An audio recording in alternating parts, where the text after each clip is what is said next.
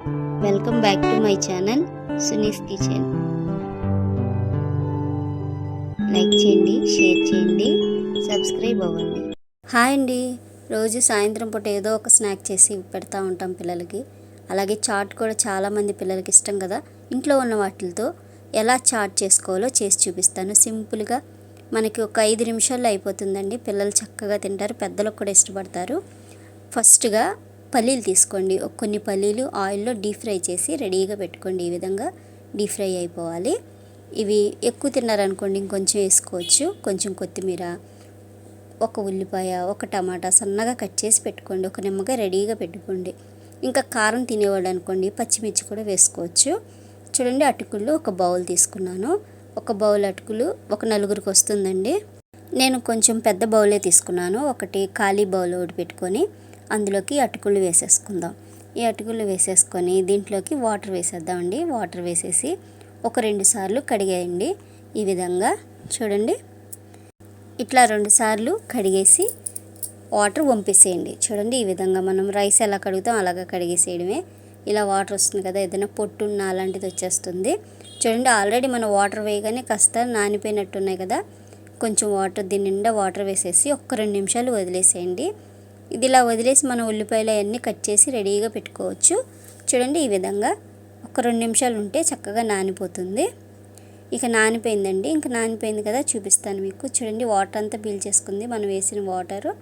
ఇక ఇలా ఇంకొక బౌల్ తీసుకొని దాంట్లోకి వాటర్ పిండేసి కాస్త గట్టిగా పెట్టామనుకోండి పొడి పొడిగా అయిపోతాయి అటుకులు.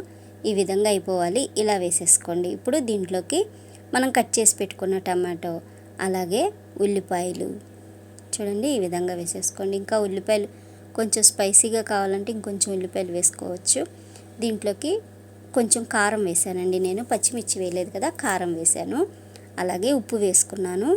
ఇక ఇవి వేసుకొని ఉప్పు కారం చక్కగా కలిసిపోయేలాగా కలపండి. ఉప్పు తక్కువ వేసుకోండి, ఎందుకంటే అటుకుళ్ళకి ఉప్పు ఎక్కువ పట్టదండి. చూడండి, ఈ విధంగా కలిపేసుకోండి. ఒకవేళ ఉప్పు ఎక్కువ పడిపోయింది అని అనుకుంటే ఇంకొంచెం నిమ్మకాయ పిండుకుంటే సరిపోతుంది. చూడండి, ఇంకా చాట్ మసాలా తీసుకొని 1 స్పూను చాట్ మసాలా పౌడర్ వేసుకోండి. నాకు అంచనా తెలుసు కాబట్టి నేను ప్యాకెట్ తోటే వేస్తున్నాను. ఇక పల్లీలు కూడా వేసేసుకోండి. పల్లీలు కూడా వేసేసుకొని మళ్ళీ ఒకసారి మొత్తం కలిపేయండి. ఈ విధంగా కలిపేయండి. నేను ఇంకా గరిటతో కలుపుతున్నా కానీ చేతితో కలిపితే ఇంకా బాగుంటుంది. ఇక కొత్తిమీర జల్లేసుకోండి. ఇక నిమ్మకాయ ఒక బద్ద తీసుకొని ఈ నిమ్మకాయ బద్ద కూడా ఇలా పిండేసేయండి. చూడండి, చాలా సింపుల్గా అయిపోయింది కదా. టేస్ట్ కూడా చాలా బాగుందండి. ఒకసారి చేసామనుకోండి రెండోసారి కూడా పిల్లలు చేయమని అడుగుతారు. ఈ విధంగా మనం కలిపేసి చక్కగా సర్వ్ చేసేయడమేనండి. సింపుల్గా అయిపోయింది. సాల్ట్ ఇప్పుడు చూసుకోవచ్చు. ఇక ఒక బౌల్లోకి ఇలా తీసుకొని ఇలా కాస్త మనకి ఇలా చిన్న చిన్న బౌల్స్లో వేస్తారు కదా, ఇలాగైనా ఇవ్వచ్చు. లేదంటే ఇలా ప్లేట్లో ఇలా సర్వ్ చేసేసి పైన కాస్త కొత్తిమీర, ఇంకొంచెం నిమ్మకాయ కూడా వేయచ్చు. సేవ్ ఉందనుకోండి, సేవ్ కూడా పైన వేసి ఇవ్వండి. చాలా టేస్టీగా ఉంది, సింపుల్గా చేయొచ్చు, హెల్దీ కూడా కదా.